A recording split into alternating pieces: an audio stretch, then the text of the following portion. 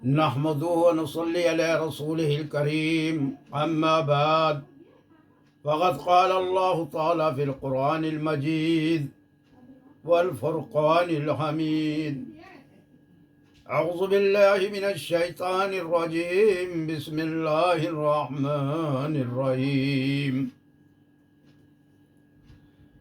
میرے محترم دینی بھائیوں و بہنوں و سامعین، سب سے پہلے تو میں آپ سب سے معذرت کرتا ہوں اس بات کی کہ 8/11 کے میرے بیان میں غلطی سے غفلت میں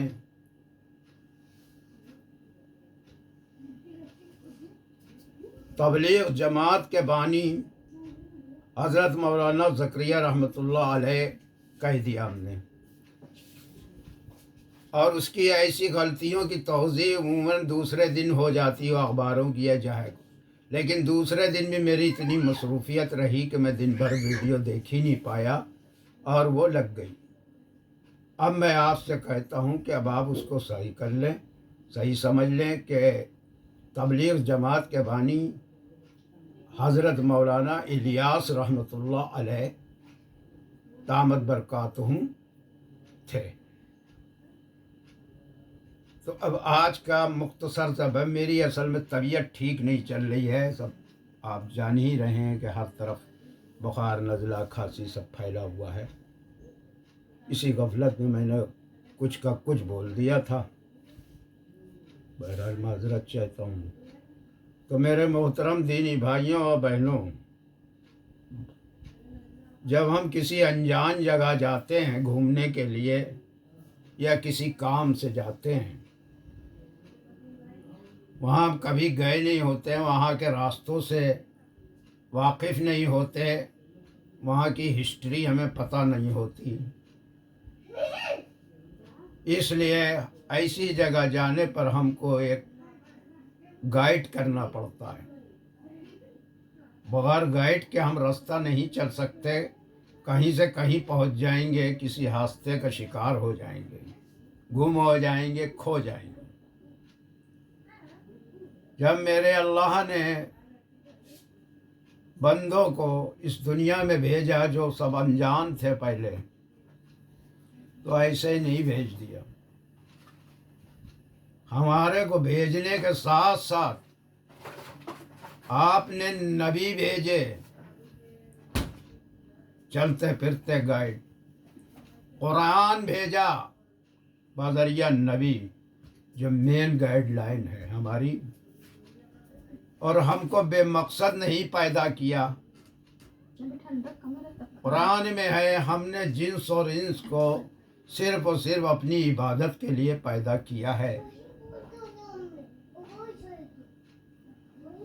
اور یہ ہمارا سینٹر پڑا ہے، یہاں ایک امتحان ہمیں دینا ہے پریکٹیکل، اس میں سارے پرچے کھلے ہوتے ہیں، صرف اس پہ عمل کرنا ہے، پریکٹیکل کرنا ہے۔